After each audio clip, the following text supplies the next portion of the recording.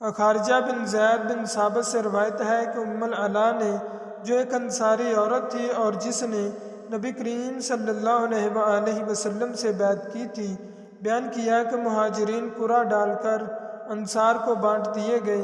ہمارے حصے میں حضرت عثمان بن مظعون آئے، ہم نے ان کو اپنے گھروں میں اتارا، پھر وہ اس بیماری میں مبتلا ہوئے جس میں انتقال کیا۔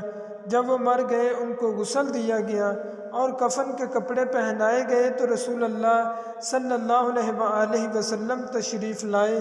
میں نے کہا، اے ابو الصائب، یہ عثمان کی کنیت تھی، اللہ تم پر رحم کرے۔ میں تو یہ گواہی دیتی ہوں کہ اللہ نے تم کو عزت دی۔ نبی کریم صلی اللہ علیہ وآلہ وسلم نے فرمایا، ام العلا، تجھ کو کیسے معلوم ہوا کہ اللہ نے اس کو عزت دی؟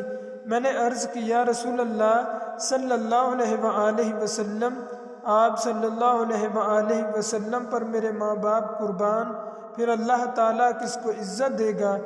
آپ صلی اللہ علیہ وآلہ وسلم نے فرمایا، اس میں شبہ نہیں کہ ان کی موت آ چکی ہے، قسم اللہ کی میں بھی ان کے لیے خیر ہی کی امید رکھتا ہوں، لیکن واللہ مجھے خود اپنے متعلق معلوم نہیں ہے کہ میرے ساتھ کیا معاملہ ہوگا، حالانکہ میں اللہ کا رسول ہوں۔